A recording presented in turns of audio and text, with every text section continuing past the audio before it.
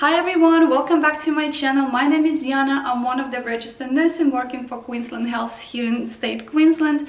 I work in a public hospital, and in today's video I want to touch bases again about handover. I know that I have filmed a video about it I think a month ago, but in today's video I want to bring to you the latest updates of what's been happening in terms of improvement when we nurses give handover and when we receive it as well. So my patient today will be my lovely cat, Mr. Fluffy. I will pretend in this video that I will be giving a handover to imaginary nurse, and I will follow pretendable folder which will represent a folder of your patient, but from my memory, because I work pretty much every day, I will go like chart by chart as it is in real, and I will name it to you everything I'm gonna be saying and mentioning in this video. So when you watch this video until the end, if you are a practicing nurse, if you are maybe practicing student, or maybe you are a new grad and you know what the handover is and you're doing it now currently in your practice, please let me know in the comment section below, what do you think about this new way? Do you think it's more safe? Do you think it's more efficient? Do you think maybe by following this way, the nurse who's giving handover will give most details about the patient and won't miss anything at all? So just let me know in the comment section below, because I want to know as well. There is currently a survey going around in my hospital about this handover, so our facilitators and coordinators asking us as well what our opinion is about this new way. So yeah, let's start.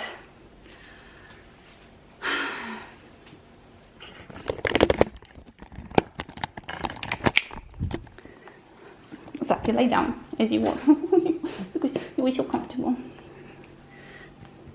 Mr. Fluffy is going to be my patient. Mr. Fluffy, don't you mind to be my patient? You look like you're having a nap and you look really comfortable. I see a little bit of agitation going on in your tail. Is that because you have pain or because I'm filming you? Okay, that look says a lot. Alrighty. Well, I will be your nurse today. My name is Yana and we are going to have a handover. Feel free to add anything you wish or ask questions during the handover. Thank you.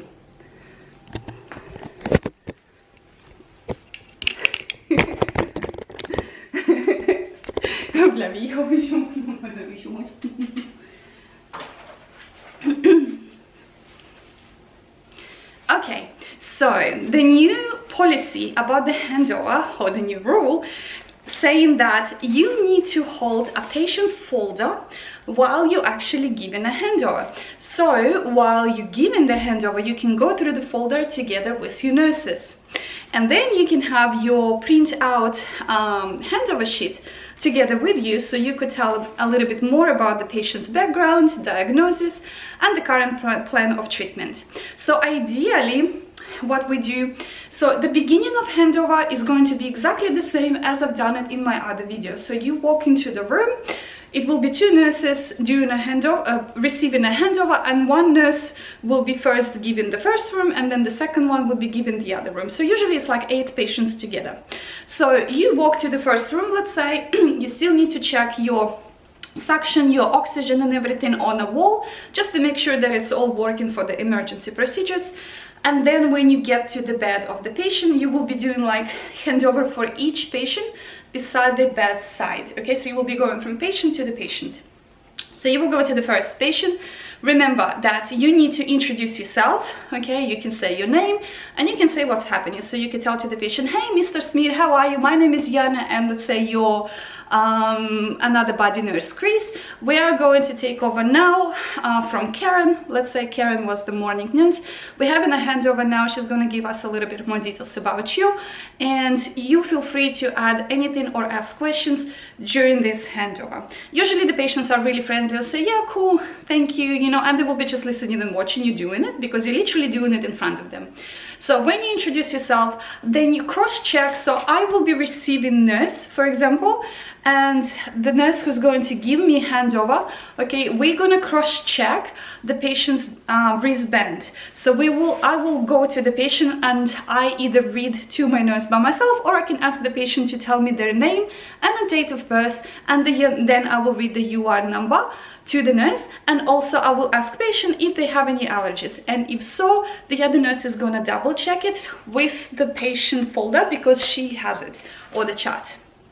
Okay, so you will do the cross-check, making sure that you are actually having conversation and handover about the right patient, because things happen in a hospital. Charts get, you know, mixed up, people discharge quickly, you know, you might go on a break, come back, your patient is gone. Okay, so you always need to cross-check the patient, and then you start from the handover. So now going back, me will be giving handover, okay, and this is what I want to show you in this video. So ideally it's nice to have your nurses beside your sides, okay. So I'm the morning nurse giving a handover, and I have two nurses who came to do the afternoon. So it's comfortable if one stands on my left and another one stands on my right, because I'm going to hold the chart in the middle, and while I'm flipping through the pages, it will be comfortable for them to have a look, you know, while I'm talking about it. So before I open my chart, I will mention that Mr. Smith, for example, is here with, let's pretend, urosepsis on a background of, let's say, UTI, urinary tract infection. Okay, it hasn't been treated for some time, went to the bladder, maybe to the kidneys, spread to the blood, so he has a sepsis now. Okay, so that's his primarily diagnosis. Okay, and then I can say a little bit about his background. I can say that he, for example, arrived to our ward today or yesterday. He has a background of hypertension, maybe type 2 diabetes, COPD, he was a ex-smoker, you know, and things like that. Let's say lives with his wife in a low-set home. Then after that, I'm going to also, remember, you also need to mention if that person is for CPR and for med calls. Some people are not for CPR, but for med calls, for active treatment. Some people are not for both of them. It's important to also have it on your handover, which we usually have it in my hospital anyway, you know, and mention to the staff so they could pay attention. I usually, when I hear the other nurse who's giving handover mentioning whether the person is for CPR or not, I usually highlight it or cross out if the person is not for it, because you don't want to resuscitate someone who doesn't want to be resuscitated, you know, resuscitated. So after that, I'm going to open the actual chart of my patient, which is blue as well. Okay, so you open it, and usually at the front you might see here slips for urine testing sample, for maybe sputum, cough sputum, maybe for stool. So usually if anything hasn't been done from it, it will be clipped on the left side of your chart. Okay, so if I was having maybe a very busy day, or if the doctor came later towards the handover, or maybe the patient couldn't void, you know, and I still have a urine sample to be sent, when I open it I can see it, and I can mention that the doctors came today, wanted this patient to have a urine sample sent. We did not do it for such and such reason. Please make sure that it is sent if possible today. Then first thing, you might see the bowel chart. So I would go and say, Mr. Smith today opened his bowels this morning, he's not constipated, he is continent, can go to toilet with help, for example, one assist, and then I would get back to mobility more, or I can mention it here and say, Mr. Smith's mobility is for Willy Walker, he is continent, can go to toilet, one assist, which means I have to walk with him, and he was not constipated. Then the next chart might be food consumption and fluid consumption chart. If, let's say, Mr. Smith is 90 years old, okay, so maybe while he's having sepsis, his appetite dropped. You know, he wasn't a big eater from the beginning before, but now since he's sick, he was febrile, of course you don't feel like eating, so his appetite a little bit dropped, and he's not drinking enough as well. So the team decided to recommend maybe to put him on a food chart so we could monitor his oral intake, making sure that he's having all those nutrients, you know, and fluids to stay hydrated. So I can mention that Mr. Smith, due to low appetite currently, due to his diagnosis, is not eating well, so we decided to put him on a fluid and balance chart. He had today, not fluid, sorry, food and fluid chart. We had today breakfast, maybe cereal and milk only, and then lunch we only had full spoons of maybe vegetables or whatever. So it's there, you mention it there, and just mention that the team wants him to be on a food chart. Then the next chart is going to be OBS chart. So just say that Mr. Smith been good today. He was just scoring temperature 38.5 at 11 o'clock today. Panadol PRN has been given.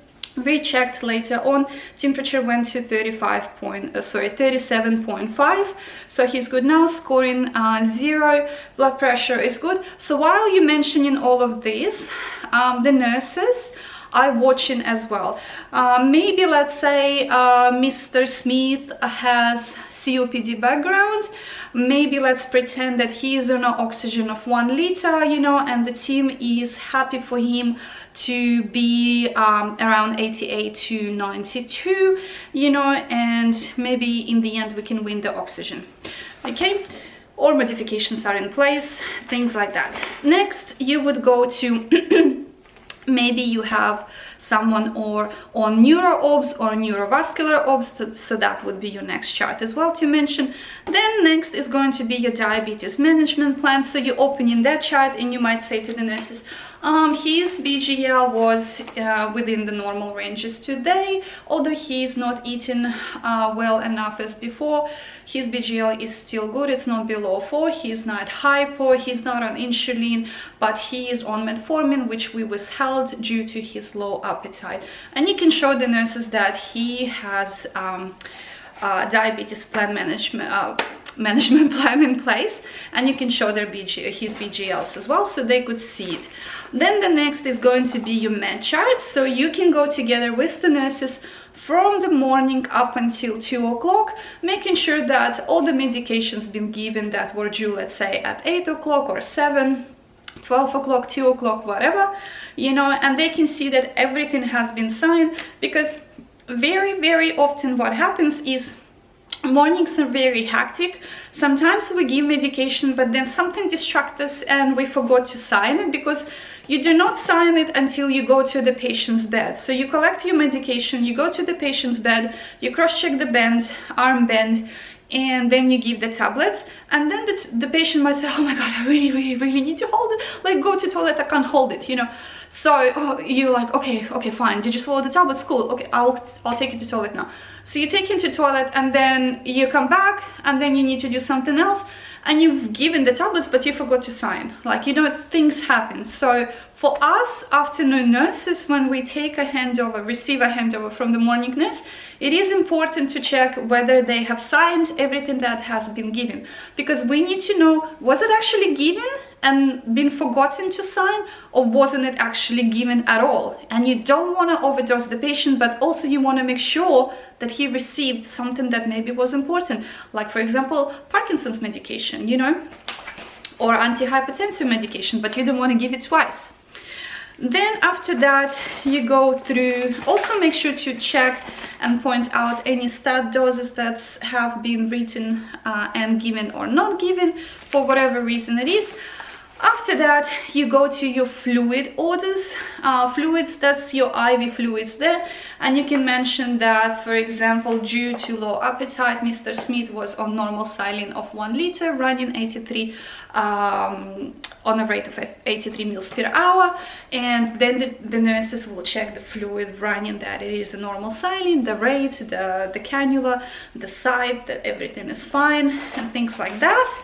So then you can mention he's written for another bag after that, unless his appetite improves, his oral intake. And then after that you go to your care plans, and here you can also mention the mobility. This is what I said before. You can either talk about mobility when you're talking about the bowel chart, because you want to mention that how they go to toilet and stuff, or you can talk about mobility now. So you can say Mr. Smith's ability was not changed since yesterday. His baseline is a wheelie walker as he was before, so he is the same here. He's been reassessed by the physio when he just came. They're happy for him to use a wheelie walker with 1 assist. you know, he's going to toilet in like he's continent, have no problem going to toilet, but he needs a shower chair in the shower when he needs to have a shower, but then he can be just supervised or maybe a partial assistance. Then you can mention that Mr. Smith has a cannula in his, let's say, right arm. This cannula was put in yesterday on his arrival to the ward. It's intact and looking good. Then you can mention that his diet is a full ward diet plus diabetic, which now we call healthy lifestyle diet. Is a new way now to call it. So you can mention that, and then you go to your falls risk and just see when it was done last time. Then you go to your skin assessment as well, and you can mention that Mr. Smith doesn't have any pressure injuries, but he has a red sacrum. The skin is red but blanching, just making sure that he repositions himself in bed and doesn't sit for too long on a chair, for example, you know. And you go like this, chart after chart.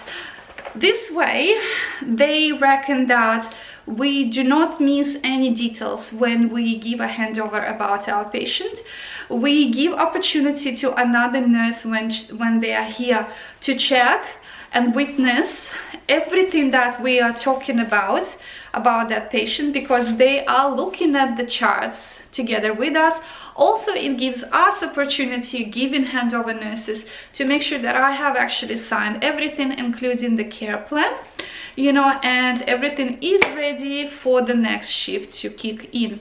And then when you finish with the folder, now you can mention what assessments have been done to the patient as well. You can say, for example, that the stool sample has been sent, you know, he had a chest x-ray or whatever. I mean, like, I'm just making up things now that might be not relevant to the urosepsis, but anything that would be relevant to this diagnosis, you can mention that has been in assessments done or not, because it will be on a handover shift and you witness it as well while you were looking after that patient. Also, while you're going through the med charts, just make sure that you mention as well that the patient is on antibiotics. You can literally go through like medication. You know what I find is well really useful? If someone is new nurse, new grad, you know, anyone who just came to this nursing force and just started their career after studies, it is really nice if the nurse who has more experience while she's going through the med chart would say, okay, we are now TDS on antibiotics, oral antibiotics plus IV, let's say another type of antibiotic twice or 4 times a day. Usually when they have sepsis, they start off on IVs just to treat it as fast as possible, and then later on they are changed on orals, you know. And then you can say that Mr. Smith had a little bit low blood pressure, so I withheld his antihypertensive medication. And then you say that metformin was withheld this morning as well because he had low BGL. So you just go like medication by medication, and this way those who started and maybe not aware of certain medications, what they are for, you're actually giving them explanation what it is for. And then in the end, after assessment, you can say that the current plan for Mr. Smith is to continue on IV medication, closely monitor his vital signs, especially the temperature. If he becomes febrile, give him Panadol, for example, and inform the team. Closely watch his BGL because his appetite has decreased, and make sure that he's on a fluid balance chart and food and fluid intake. Also, when someone has sepsis, it's important to watch their urine output. So this person would be on a fluid balance chart anyway. And then maybe one of the plans would be to review, reg review over the weekend or whatever, you know, just to see how he's going. And yeah, things like that. So you mentioned the current management plan to them, and then in the end, you ask the patient, hey, Mr. Smith, would you have anything, or would you like to add anything, or do you have any questions? Usually they're pretty good. They would say, no, everything is good, because they listen in everything. They would say like, no, I'm all good, thank you, you know, it was really good. Patients are so lovely usually. They was like, oh, the handover was really good, you know. And then you move on to the next patient and you would do exactly the same thing. Okay, so what do you think about this handover? So the difference between this one and the one that we had before, we would go into the room, check the suction on the wall, the oxygen and stuff. Sometimes nurses do forget to do the cross-check of wristband of the patient to the medical chart of that patient before they start a handover. And then what we also do, we walk into the room, we check all charts at once, okay, without the nurse actually going through the chart with us. We just walk in, us afternoon shift, and check all the charts, you know, and then we would go from bed to bed to do the handover. So the nurse who's given handover would be just purely going from her handover sheet, but not from the patient's folder, not from the patient's chart, okay?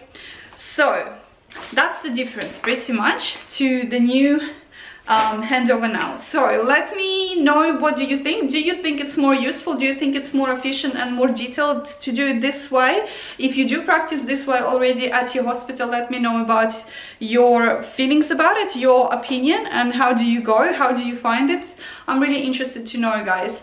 But yeah, I personally really like it, okay? I really like it. And also when you do a handover, give space to the nurses who are standing beside you to ask questions. Don't just run like that through the chart, you know, do it slowly, and so they could be able to ask questions.